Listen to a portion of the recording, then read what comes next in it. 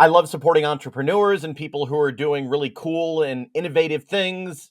Joining me now on the screen is someone who is doing just that. Introduce yourself. Hi, everyone. My name is Trisha Otten. I'm the proud founder of Pretty Hunter.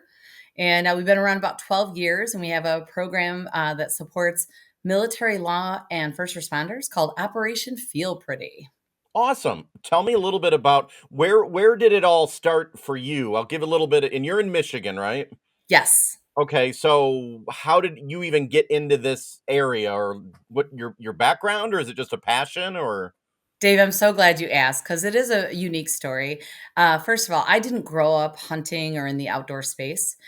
So had family fast and furious, quickly realized I needed to get outdoor and ground myself a little bit to be a sane mother and much more. wow. And I saw an opportunity in the outdoor industry to remind women to celebrate being feminine, but enjoy the liberties of the outdoors. And that was the birth of Pretty Hunter. So it was a personal journey for me, and then I quickly realized I want to support, but I just didn't want to write a blank check for any organization. So I thought, why not give a feeling, give a necklace that makes somebody feel good? So that's where Operation Feel Pretty came out of Pretty Hunter. Okay, and let me put it up on the screen. This is your website. The website is prettyhunter.com. Very easy. Prettyhunter.com. Yes, that's our website. Okay, and I'm going to put this on the video if anyone wants to find the link. It'll be in the video or in the comments below. How long has prettyhunter.com been in existence? We have been around 12 years. Wow. Yeah, Okay. it's been a while. We've enjoyed so many experiences personally and professionally. Again, as I mentioned, I didn't grow up hunting, but I've had the honor of hunting in Africa, out west, in Canada, and so many other adventures along the way. So since then, I'm proud to say Operation Feel Pretty has donated over 4,000 necklaces to women of military law and first responders since its inception. Oh, wow. And Yeah. I'm seeing on here, it's not just, I see something that says men's. We do have men's. It's called our men's line is called Hunter Hardware. Okay. And so we have all the way from 45 caliber cufflinks that look perfect when the event is warranted. Oh yeah, you see the buckles, I the like I necklaces. like this one. Hold on. Defund the media. Yes. Sorry, I had to point that out. It resonates with some a lot more than others, and we firmly believe we ought to defund the media now and then. Yeah, and just let everyone have a say, just like with entrepreneurs with business. It shouldn't just be the Walmarts or the big companies. We need to have entrepreneurs like yourself have a role because you put your heart and passion into this. Oh, and blood, sweat, and tears, most definitely. Yeah. And the reason that shirt came out was at a time where even our brand, because the nature of our designs are bullets, we certainly saw a pinch in an opportunity to be heard as a brand, and that's why that shirt came to be was defund the media and don't listen to the hysteria of the fear of a gun as a weapon and all the things. So we felt it was very important to make that shirt. Yeah, and hunting, for example, I am not a hunter. My sister is. And it's something you think the stereotype, oh, it's the guys out there in the woods, but no, there's a lot of females out there. My sister, and she's actually really into it. There's a lot of men who just like going hunting to sit around and get away from home, but my sister is really into the sport. So it's a big women's industry, right? It is. So 2 things there I hear, Dave. I know where you're gonna get your sister's next birthday present. Yeah, exactly. And second of all, it's the biggest growing, demographic of most any outdoor sports, whether it's hunting, shooting, getting CPLs.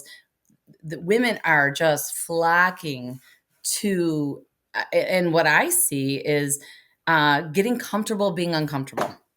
And so, it's hard to know where to start for a woman in the hunting or the shooting space. And you walk into a place and it's intimidating. So to overcome those uncertainties, it's just fascinating to watch the women grow within this space. I love it.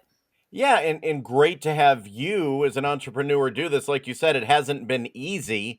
You're going up against, I always say, with jewelry and apparel, you're going up against a lot. A lot. That space is very full when it comes to jewelry, but we also uh, firmly believe that when a woman buys our piece, she's getting part of a daily armor that she walks out of the door with, knowing that the bullets represent strength and they give her strength to combat any given Tuesday. Wow.